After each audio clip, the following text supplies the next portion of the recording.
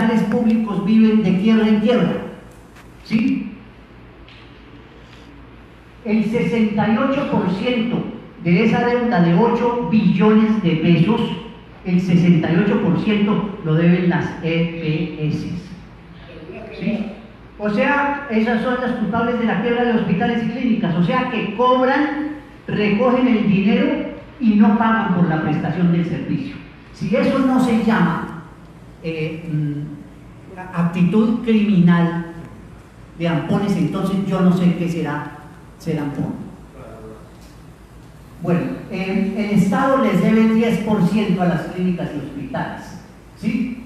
Y el restante se lo deben las empresas de medicina prepagada, las aseguradoras de accidentes de tránsito y otras empresas. Gran parte de la cartera está vencida, se perdió. Son EPS que quebraron, son deudas que ya pasaron por mora, que ya no, esa suma ya perdida son 3 billones 100 mil millones de pesos, 3 billones de pesos. O sea que perdieron las instituciones prestadoras de salud, o sea, las clínicas y los hospitales, ¿sí? Y el déficit de presupuestal de salud de 2017 es de 5.5 billones de pesos.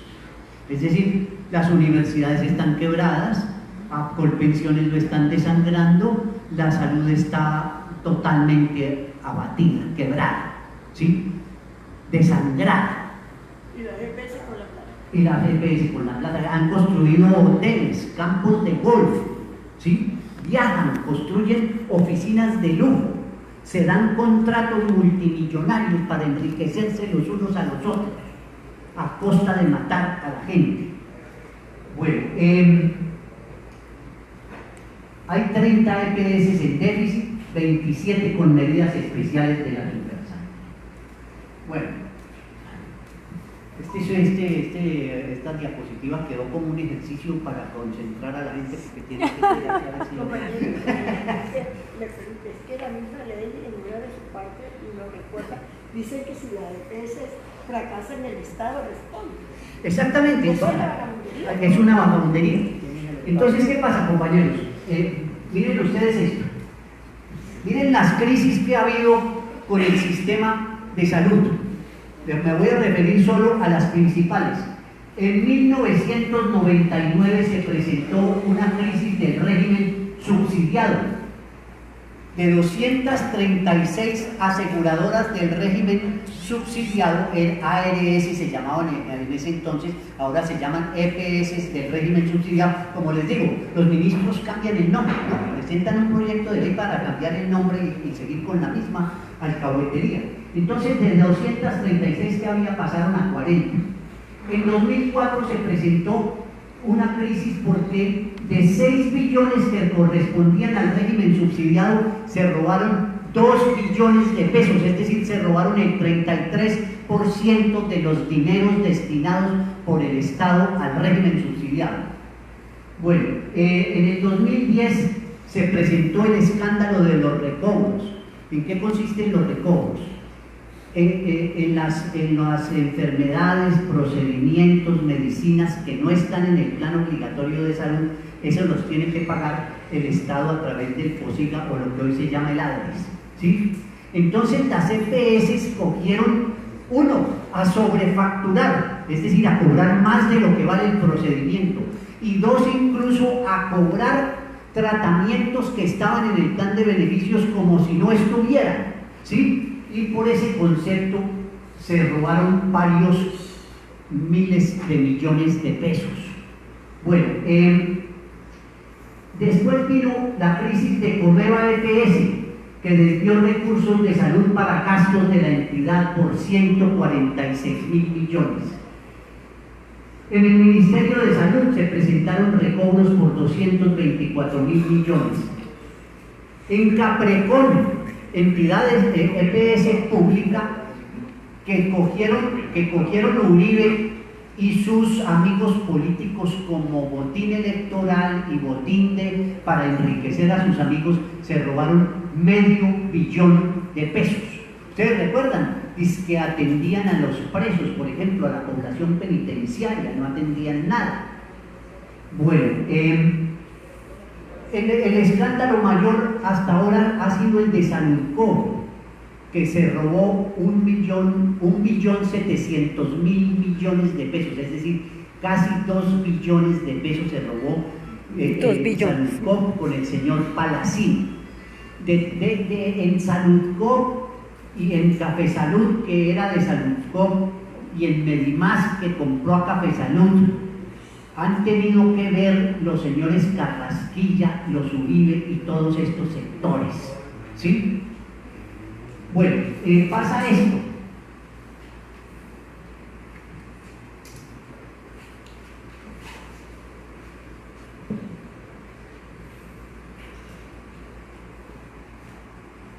Bueno, ha habido distintos otro tipo de robos al sistema de salud, como son los carteles por enfermedad.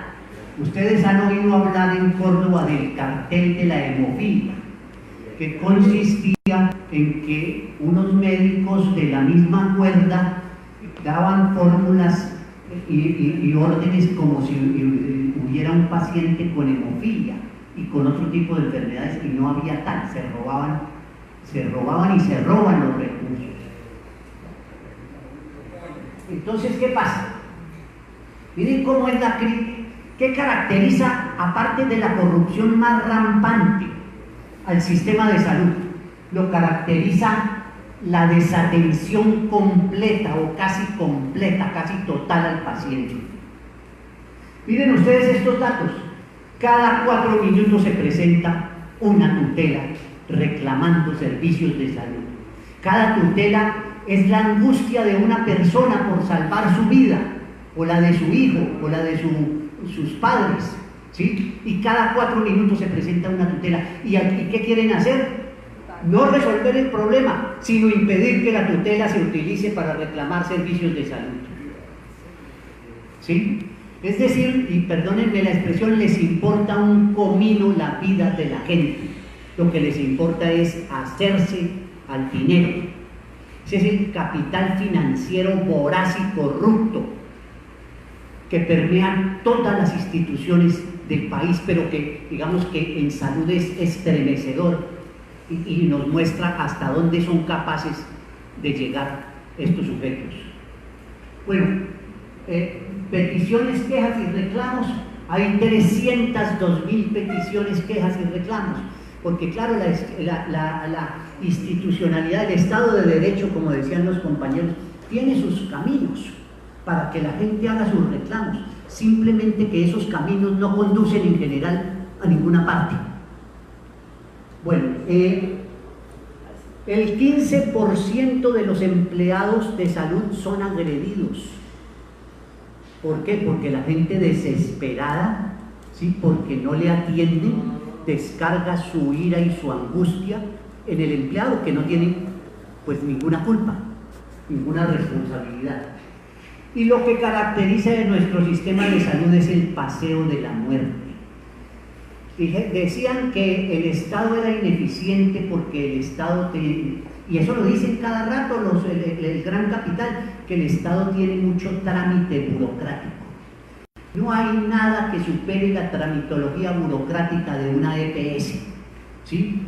Es una tramitología destinada a probar la resistencia del paciente, a ver si el paciente es capaz de resistir los N y N trámites, o si prefiere renunciar y comprar la medicina o pagar la consulta si lo puede hacer, o simplemente dejarse a su suerte. Bueno, entonces les voy a dar este dato. Entre 1988 y 2011 murieron 2.700.000 personas. Más de la mitad de esas personas, el 53%, se hubiera podido evitar la muerte, o sea, 1.400.000 personas hubieran podido vivir si se les hubiera atendido a tiempo. Es decir, el sistema de salud carga, este sistema de salud en manos del voraz capital financiero, carga con la muerte de 1.400.000 personas, que no ha habido guerra ni evento catastrófico que mate a tanta gente. Bueno, entonces lo caracteriza, como ya lo dije, el deterioro y la dilación de la prestación del servicio. La duración de las consultas se ha abreviado porque hay que mantener una cosa que ellos llaman la productividad, es decir, que el médico atienda, produzca mucho aquí en la EPS, ¿sí? De tal manera que no tenga casi tiempo para el paciente, y fuera de eso el médico tiene que estar llenando registros de cosas, de eficiencia, de economía, etc. ¿Sí? Lo que tiene que hacer el trabajador en general, incluso los profesores que tienen que estar llenando que tal cosa se hizo, que tantas cosas, ¿sí? Etcétera, que es para que las empresas lleven un registro de productividad y no para el beneficio del paciente ni nada por el estilo. Bueno, el sistema de la Ley 100 arrasó la prevención. Se acabó el servicio de erradicación de malaria, se acabaron los laboratorios que tenía el Instituto Nacional de Salud, ¿sí? Y todo en beneficio de unos laboratorios privados. Bueno, tenemos en Colombia altísimos precios de los medicamentos. Parte de los acuerdos de los TLC, de los tratados de comercio, tiene que ver con la libertad de precios de los medicamentos, lo que hace que Colombia pague medicamentos más caros que el promedio de los países. Pasa que uno de los negocios más grandes del mundo hoy es la salud, y en medio del negocio de salud, uno de los negocios más grandes es el de las farmacéuticas, los monopolios farmacéuticos internacionales, tema que escapa un poco de esta conferencia que es sobre el funcionamiento del sistema de salud colombiano, pero que también vale la pena examinar porque es supremamente grave. Bueno, hay una cosa, y son las altas tasas de mortalidad infantil que tiene Colombia, ¿sí? Especialmente en algunos departamentos es aberrante: La Guajira, Chocó, el Amazonas, el Guainí. Bueno, es decir,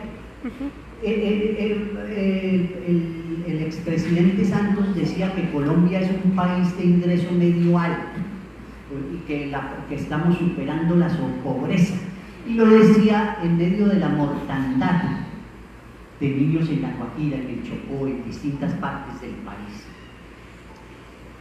Se me antoja que estos dirigentes de Colombia son, aparte de todo, un poco cínicos, tienen el descaro de decir cosas que son realmente ofensivas para el pueblo, dada la situación que hay. Bueno, pero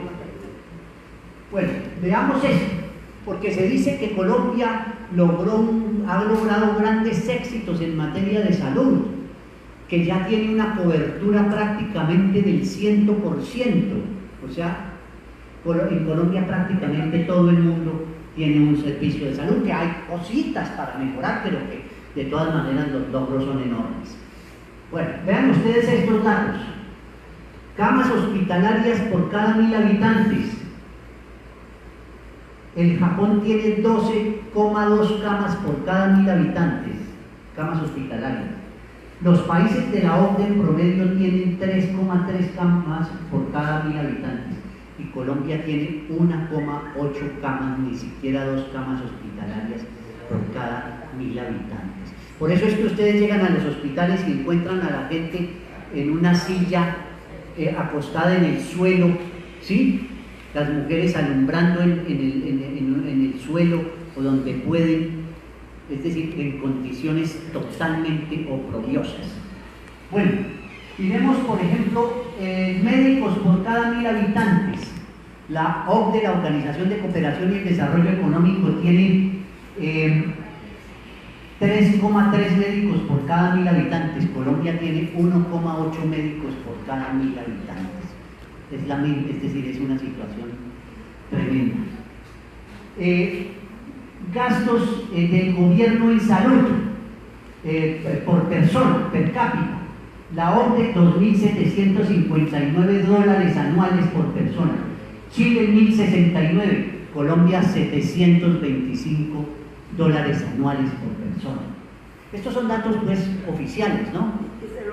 Y seguramente los datos reales son, me atrevo a decir, son peores, pero esos son los datos oficiales. No tengo otros y pues echamos mano de ellos.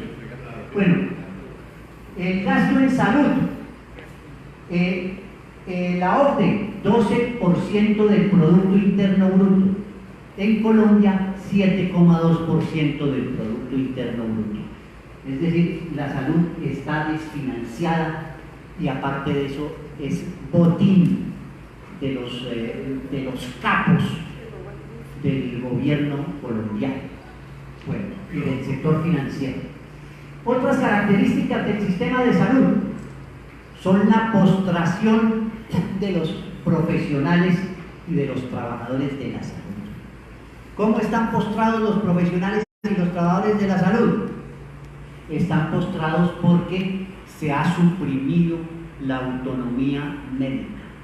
Al médico lo amenazan. Ahora hay una cosa que se llama el MIPRES, que quiere decir mi prescripción, ¿sí? ¿En qué consiste el MIPRES? Cuando un médico formula una medicina o un tratamiento que no está dentro del plan de beneficios o dentro del POS, es la misma cosa, POS o plan de beneficios, entonces el Ministerio de Salud le lleva un registro, porque él tiene que firmar una fórmula que es el MIPRES, ¿sí? Y entonces, según el número de fórmulas que no estén en el plan de beneficios y que recibe el MIPRES, en determinado momento lo llaman y le dicen: usted se está excediendo, usted está actuando irresponsablemente con los dineros del presupuesto para la salud. Bueno, la gente trabaja. Una pregunta sobre el MIPRES. Yo creo que hay mucha gente, trabajadores, que tenemos un seguro particular. Y yo pienso que muchos de esos no conocemos este término ni conocemos de que nosotros, que el médico particular nos puede dar el formulario para reclamar la medicina que ellos mandan, que por lo cierto es cara, es una medicina comercial. Pero yo creo que nadie, muy poca gente sabemos que eso lo tiene que hacer, transcribirlo el médico, para tú reclamarlo en la EPS. Es que, sí, para reclamarlo cuando tú estás en la EPS y la fórmula que te van a dar no la da la EPS porque no está en el plan de beneficios, sino que lo debe pagar el ADRES, o sea, se tramita a través del Ministerio de Salud, ¿sí? Entonces, ese es el MIPRES, mi prescripción. Por eso, ¿sí? perdona, eso nosotros se lo podemos, o sea, se lo debemos reclamar al médico especialista que nos está viendo, ¿verdad? Sí. Dame el formulario del MIPRES para que me den la droga en la EPS. Él da la fórmula MIPRES. Son formatos. Tiene que llenar que lo trae. Anteriormente iba no al Comité Técnico Científico. Sí, así es, pero ahora va al MIPRES. ¿Sí? Bueno, pasa esto. Trabajan los médicos, las enfermeras y todo el personal en ambientes insanos e inseguros. Bueno, hay que hablar, por ejemplo, un poco de Medimás. Medimás compró Café Salud. ¿Qué pasa con Medimás? Medimás tenía a través del ESIMED 19 clínicas. La Superintendencia de Salud le cerró 8 clínicas, sí, 8 clínicas. ¿Por qué se las cerró? Por condiciones antihigiénicas. porque estaban en condiciones totalmente inadecuadas para prestar el servicio de salud. Bueno, los médicos y el personal de salud, el personal paramédico, sufren, como todos los trabajadores, una carga laboral excesiva. Y tienen que los médicos, como los profesores universitarios, tienen que correr de un lado a otro. Los profesores de cátedra, muchos de ellos tienen que correr de un lado a otro dictando clases, y los médicos tienen que hacer lo mismo, desplazarse de un hospital a otro, ¿sí?, para completar su subsistencia. Bueno, están sufriendo enfermedades laborales, y en el sector de salud sí que se ha visto el sistema de subcontratación por cooperativas de trabajo asociado, etcétera, etcétera. Bueno, además de eso, el Estado ha venido reduciendo sistemáticamente los recursos públicos y los recursos de las empresas o de los empresarios para salud, los aportes de los empresarios. Veamos algunas cosas. El acto legislativo 01 de 2001 y el acto legislativo 04 de 2007 le quitaron, si hacemos cuentas, ¿qué hicieron esos actos legislativos? Reformaron la participación de los entes territoriales en los ingresos corrientes de la nación. ¿Sí? ¿Cómo lo reformaron? Le redujeron, entre esos dos actos legislativos, la participación a las regiones, más o menos de 26% de los ingresos corrientes de la nación a 13-15%. ¿Por qué eso afecta a la salud? Porque esos ingresos corrientes de la nación, de los que participan los entes territoriales, son básicamente para salud y educación. Bueno, si solo se hace la cuenta entre 2016 y 2019, le quitaron por concepto de esos actos legislativos 25 billones de pesos al sistema público de salud. Aparte de eso, está la ley 1607 de 2012, o sea, la reforma tributaria de Santos, que le quitó a la salud, le quitó a los patrones, a las empresas, los aportes a salud, al SENA, etcétera, pero me refiero a salud, ¿sí? Le quitó el 8%, o sea, ya los trabajadores dan el 4%, siguen dando el 4%, pero los patrones ya no dan el 8%, con el % del salario. Entonces, por ese concepto, solo contando de 2012, solo contando de 2014 a 2018, le quitaron otros 25 billones de pesos a la salud. ¿Cuál es el porcentaje entonces del patrón? Ah, nada. Es que el patrón ya no da porcentaje para salud. Eso se lo quitó la ley 1607 de 2012. Ya el patrón no da porcentaje. Antes era el 8.5. Sí, se lo pasaron al CRE. Y entonces el CRE después se lo quitaron. ¿Sí? Bueno, entonces, mientras tanto, ¿Cuál es la ley de servicio? 1607 de 2012, fue una Reforma tributaria. Veamos eso. Mientras que la salud del pueblo colombiano anda en semejantes desventuras, Colombia se ha convertido en un lugar de zonas francas para salud, en los cuales grandes empresas construyen hoteles de lujo y combinan turismo ecológico con salud. Esas son zonas francas de salud, es decir, donde no se pagan aduanas, no se paga por importación, etcétera, etcétera.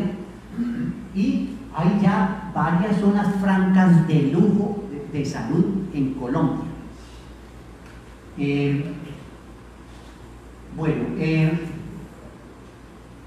se pretende aumentar. Ustedes vieron que en el régimen contributivo, en el régimen subsidiado hay un poco más de gente, son casi 50 y 50, pero un poquito más en el régimen contributivo. Quieren aumentar el número de personas en el régimen subsidiado. ¿Cómo? Pues sencillamente focalizando más el CISBEN. Entonces dice, ustedes oyeron al hijo de Gaviria, un hombre inolvidable porque se supo que firma las leyes, que sin firmaba leerlas, las leyes sin haberlas leído. ¿Ah? Simoncito. Simón. Entonces denunció, y otros lo han hecho, el terrible desfalco al CISBEN. Gente que no necesita, resulta que se ha colado al CISBEN. Entonces, todas estas políticas, ¿a qué van? A que es que el Estado se volvió totalmente un Estado alcabalero, que está buscando a la gente, buscando cualquier moneda que la gente tenga para quitársela, ¿sí? Es decir, cuando uno ve a Carrasquilla, tiene que cuidar el bolsillo.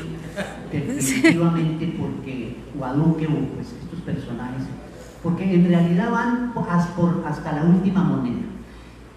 ¿En qué consiste? Si usted tiene un apartamentico, una covacha, entonces dice, ah no, pero es propietario de una casa, ¿cómo va a estar en el CISBEN? ¿Sí? Tiene que pasar al régimen contributivo.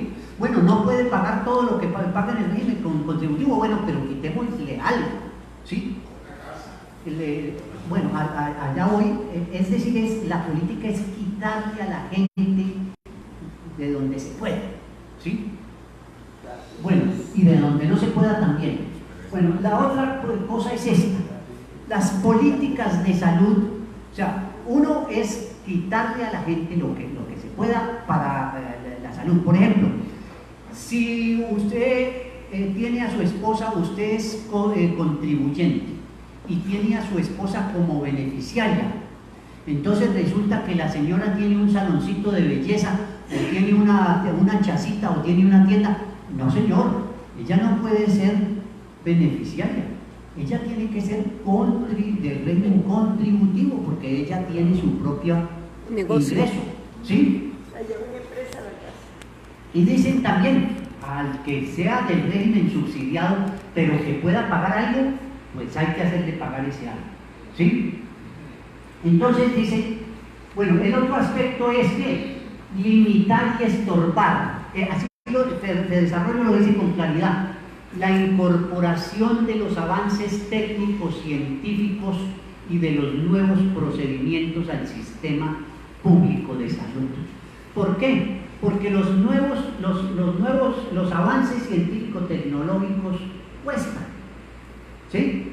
Entonces dicen, el sistema público de salud no se puede permitir eso. Esos procedimientos no pueden entrar, ¿sí? Porque se quiebra el sistema de salud. Entonces, el que tenga plata, pues que compre esos avances, ¿sí? Es privar al 95% de la población de la participación, del disfrute de esos avances. Aumentar los copagos y las cuotas moderadoras. Aprobar medicamentos y procedimientos según sus costos y reducir las remisiones a especialistas. Es decir, un punto esencial es reducir las remisiones a especialistas, que todo sea principalmente por el médico de entrada al sistema, así lo llama Fedesarrollo, es decir, el médico general que atiende en primera instancia a la persona.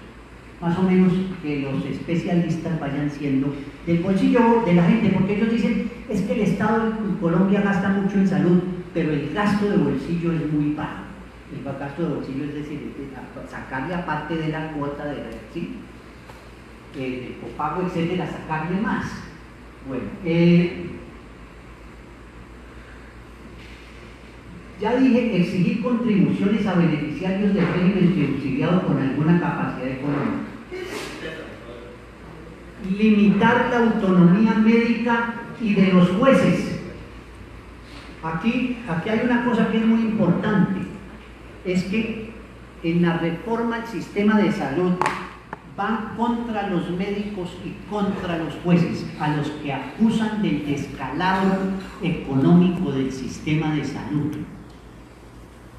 A los médicos, ya lo dije, el MIPRES, ¿sí? A los jueces les están haciendo adoctrinamiento, que ellos tienen que ser responsables fiscalmente, que ellos no pueden aprobar tutelas donde con una tutela quiebran al sistema de salud, ¿sí?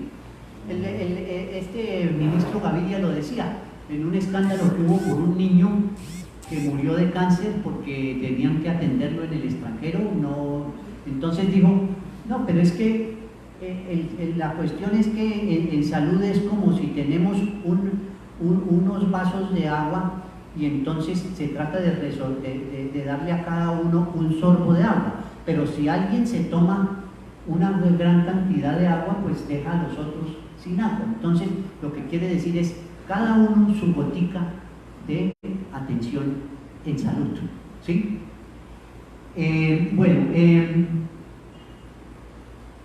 Entonces dice, el otro punto es permitir la integración vertical de las CPS y de las IPS.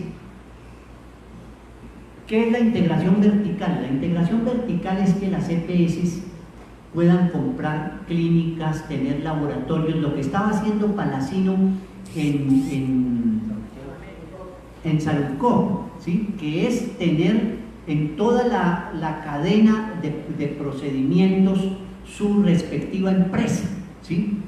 Entonces su hospital, su proveedora de medicinas, etcétera, etcétera. Es decir, porque los que invierten dineros en salud, o los que no invierten pero se quedan con el negocio de la salud, quieren poder extender su negocio a todos los renglones de la salud.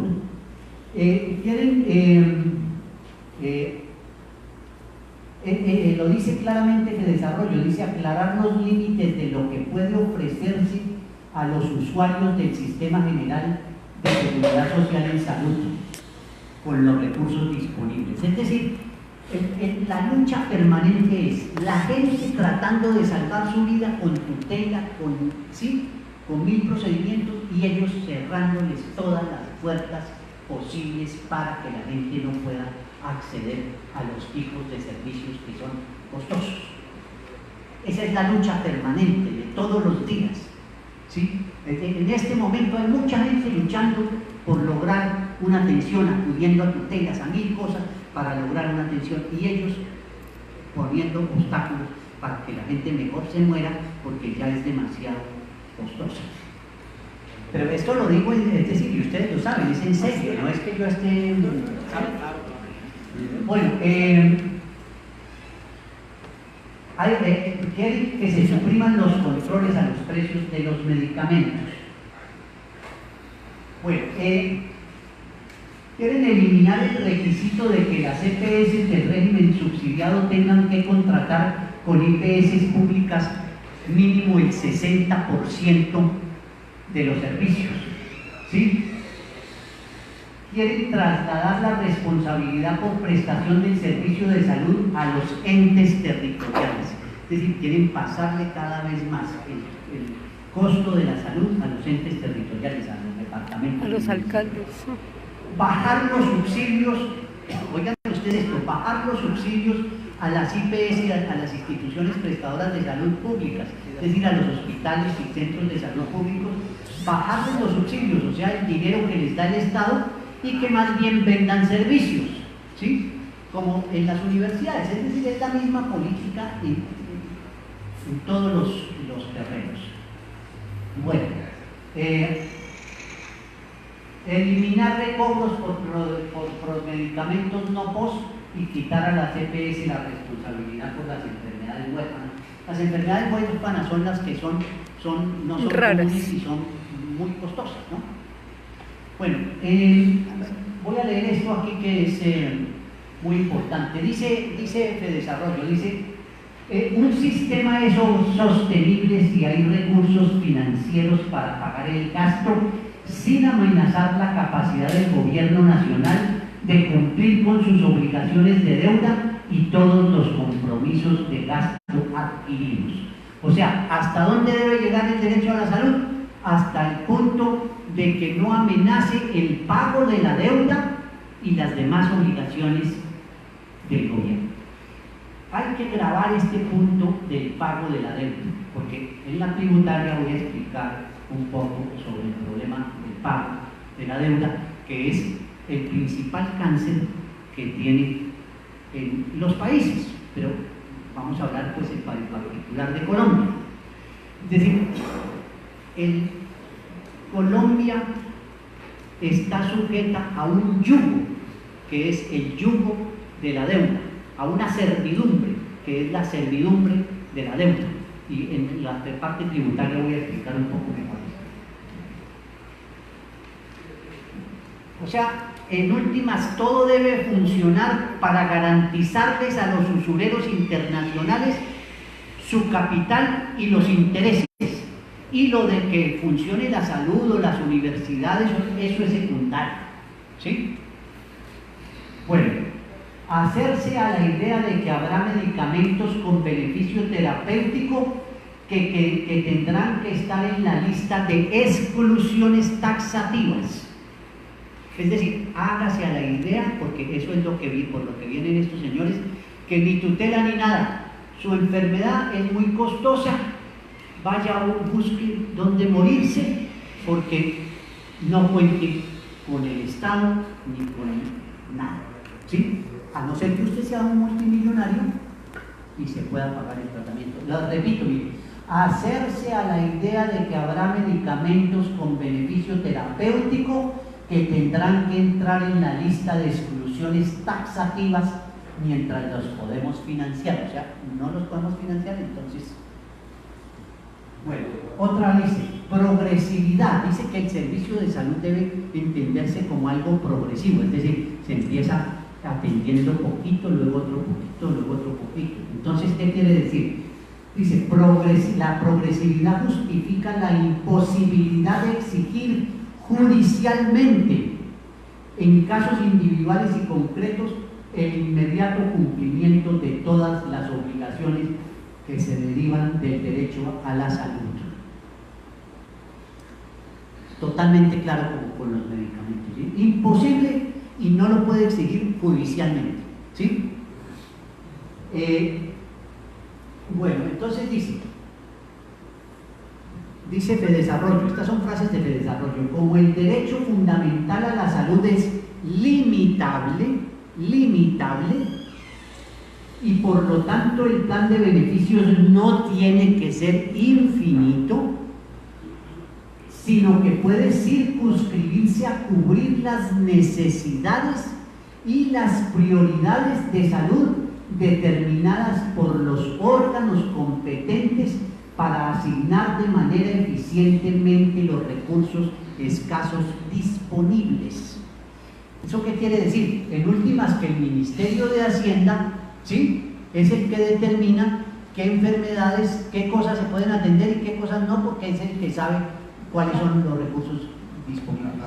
En últimas, el Ministerio de Hacienda es, como agente del capital financiero internacional, el que determina qué se cubre y qué no se cubre en salud, en educación, en lo que sea, porque el Ministerio de Hacienda y Planeación son los encargados de garantizar el pago a los bancos internacionales de la deuda pública de Colombia. Bueno, entonces, ¿qué pasa? Como el derecho fundamental a la salud es limitable y por lo tanto el plan de beneficios no tiene que ser infinito, sino que puede circunscribirse, ese ya está repetido. Sí. Pero bueno. Entonces, bueno, hay otra cosa que es esta. Plantea Fedesarrollo que se ponga un techo para algunas enfermedades y dice que un piso para las otras. Ahora resulta que los mismos que acabaron con la prevención, como ya lo señalé, servicio de erradicación de malaria y otras formas de prevención de la enfermedad, están diciendo que la medicina en Colombia es muy curativa y poco preventiva. Y de la prevención debe ser responsable la persona. No coma mucho, no haga ejercicio, tal cosa. Si usted se enferma, pues la culpa es suya, ¿sí? que hay que prevenir, pero todo eso está orientado es a culpar al paciente, ¿sí?, de su situación de salud. Entonces, dicen que hay que poner un techo presupuestal para algunas enfermedades. Por ejemplo, se puede decir, para el cáncer de seno hay tantos millones para el año 2019, ¿sí? Ese es el techo, eso es lo máximo que se puede gastar. Entonces llega una señora en el mes de octubre con cáncer de seno y le dice, ¿qué problema? Ya se acabó el techo presupuestal, venga el año entrante, ¿sí?, a ver cómo le va. Bueno, esas son las políticas que vienen aplicándose y que se van a agudizar, se están agudizando en el sistema de salud en Colombia. El comité con las pensiones no ha dicho que la consigna que hay que lanzar es no más EPS. Las EPS son el cáncer del sistema de salud. Es imposible que después de tantas crisis como las que ha habido, crisis provocada por la intermediación financiera parasitaria de las EPS, el gobierno mantenga el mismo sistema de aseguramiento financiero, cuando está claro que ese sistema no permite que la salud funcione ni siquiera medio decorosamente. Ahí lo que se prueba es que a ellos la salud les importa un comino y que lo único que les interesa es coger el presupuesto de salud, los aportes de los colombianos a salud como botín para repartírselo entre políticos reaccionarios y empresarios corruptos. Que hablar de grandes empresarios y corruptos es como una redundancia, o políticos reaccionarios y corruptos, pues es redundante, ¿no? Bueno, no más EPS, no más restricciones y cortapisas al servicio de salud, no más incrementos en los cobros por salud, y a organizar comités y protestas en defensa del derecho a la salud y contra la nueva reforma de salud. Tenemos que denunciar con voz muy alta el crimen que se comete con este sistema. Este sistema, todas las mejoras que ofrezcan sobre la base de mantener la intermediación financiera son falsas, ¿sí? No pueden resolver el problema de salud como necesitamos resolverlo los colombianos. Para nosotros es un fracaso este sistema de salud, para ellos no es un fracaso, porque muchos se han llenado de millones. Pongo el caso, aunque prácticamente este es el fin de esta parte de la conferencia, pongo el caso nuevamente de Medimás. Resulta que primero entra en liquidación Saludcop, pero de Saludcop hacían parte Café Salud, ¿sí?, y Cruz Blanca y otros. Bueno, a Café Salud la coge el gobierno quebrada, le mete 200.000 millones de pesos, ¿sí?, se la entrega a Medimás. Medimás no cumple, no atiende y no paga lo que se comprometió a pagar, ¿sí? Simplemente se dedica a lo que ellos saben hacer. Y hoy ahora van a liquidar, ahora van a reversar el contrato de Medimás por el cual compraba a Café Salud. Tenemos solo entre los contribuyentes 4.200.000 personas que al dejar de funcionar Medimás, pues no es que haya funcionado bien nunca, las van a atiborrar en las otras EPS, ¿sí? Lo que va a llevar a ¿qué? A un empeoramiento del servicio de salud ya de por sí malo en todas las EPS. Va a colapsar. Y entonces, ¿por qué el gobierno persiste en esto? ¿Sí?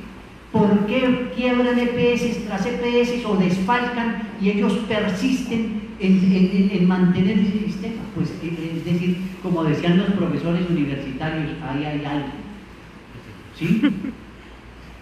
Lo decía Francisco y lo decía el compañero Pérez, ¿sí? Un negocio, un gran negociador. Entonces, es como con las fondos privados de salud o las AFPs. que se llaman administradoras de fondos de pensiones. ¿Qué tenemos que decir? No más fondos privados de pensiones y no más EPS. Entonces hay alguien que nos dice, son ilusos, eso no se puede. Y entonces nosotros les decimos, aunque no podamos ahorita acabarlas, tenemos que decir que la solución de los problemas de salud y de pensiones está en eliminar esas instituciones y que todo camino distinto es engañoso. No podemos renunciar a la consigna de no más EPS, no más fondos privados de pensiones. Hay que levantar la voz, hay que protestar y hay que señalar la raíz de los problemas. Y la raíz de los problemas es esta especulación financiera con las pensiones y con la salud. ¿Sí? Entonces termino ahí la parte de salud, pero que no me haya salido muy larga. Ustedes dirán si abrimos un espacio de preguntas. Sí. Preguntas fáciles, por favor. Las preguntas que sean fáciles. Bueno, la compañera y luego Lucho. Las preguntas también las grabo. Sí, y luego Yo con esto último, yo pregunto, en mi inquietud, es que la Constitución Política de Colombia, norma de norma, las leyes, se establece en la ley, él dice que la salud es un derecho fundamental.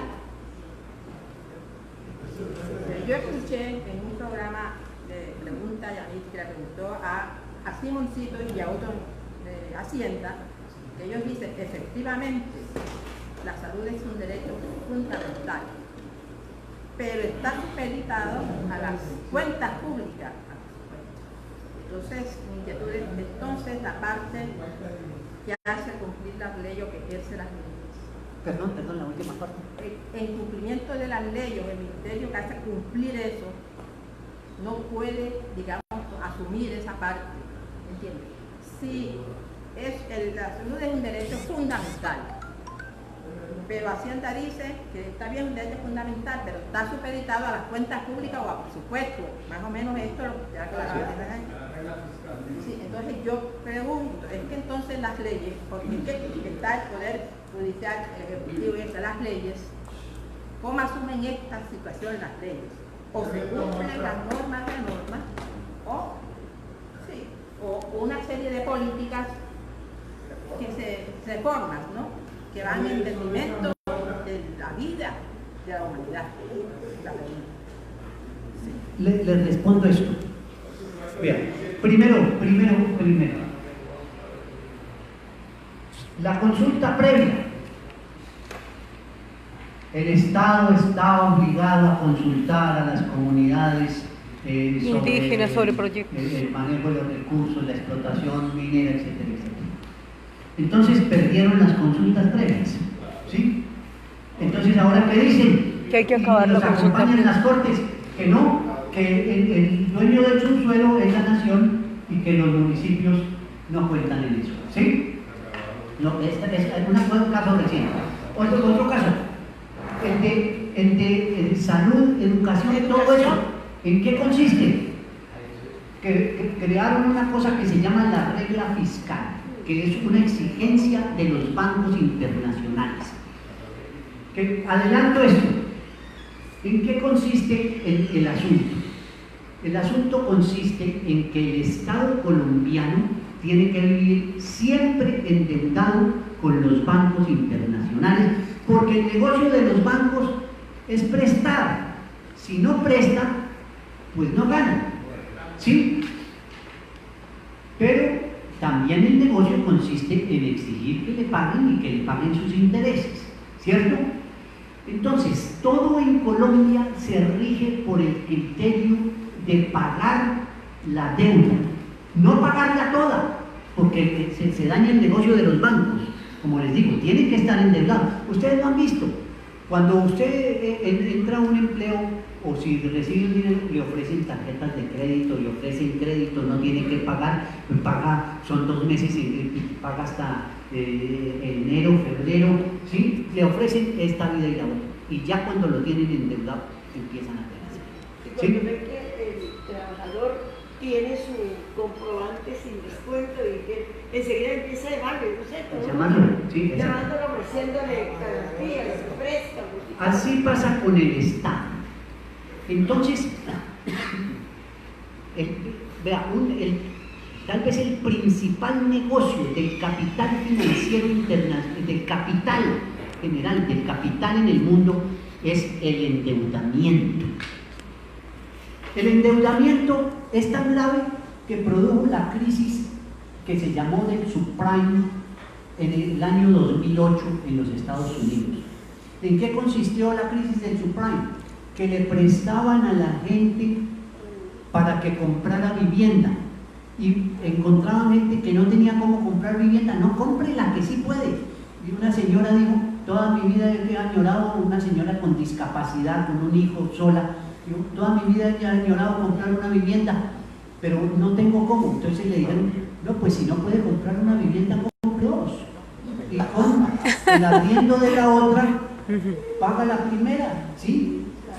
Todo, entonces endeudaron a millones de personas. ¿Y qué hacían? Ustedes perdónenme, es que este punto es esencial. ¿Y qué hacían? Cogen los títulos hipotecarios, ¿sí? Los forman en grupos. Entonces salen y les dicen a los fondos de pensiones y a otras entidades, digamos, con capital, les dicen, le vendemos un grupo de deudas hipotecarias, ¿sí? Usted va a ganar tanto de interés, etcétera, etcétera. Eso tienen para todos los gustos. Donde hay más riesgo, el interés es mayor, donde hay menos riesgo, el interés es menor, ¿sí? ¿Qué pasó? Que como ellos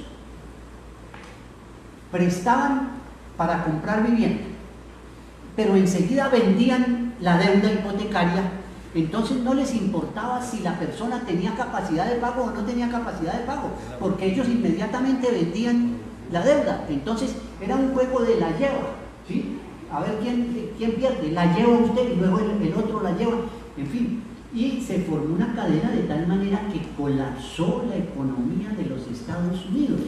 A los banqueros no les preocupaba porque ellos recibían bonificaciones con base en los negocios que hicieran, ¿sí? Eso lo llaman la prima de desempeño. Vamos, el banquero produjo tantos millones de deudas hipotecarias y tantos miles de millones de ventas de las deudas hipotecarias, entonces al señor hay que darle tantos millones de dólares, ¿sí? Por su desempeño. Bueno, exactamente es lo de Carrasquilla, los bonos de agua. Entonces así está la nación, eso lo voy a mostrar ahorita en la cuestión tributaria. ¿Qué pasa? Usted paga la deuda 3, 4, 5, 10 veces y todavía está debiendo 3 veces lo que le prestaron, ¿sí? Entonces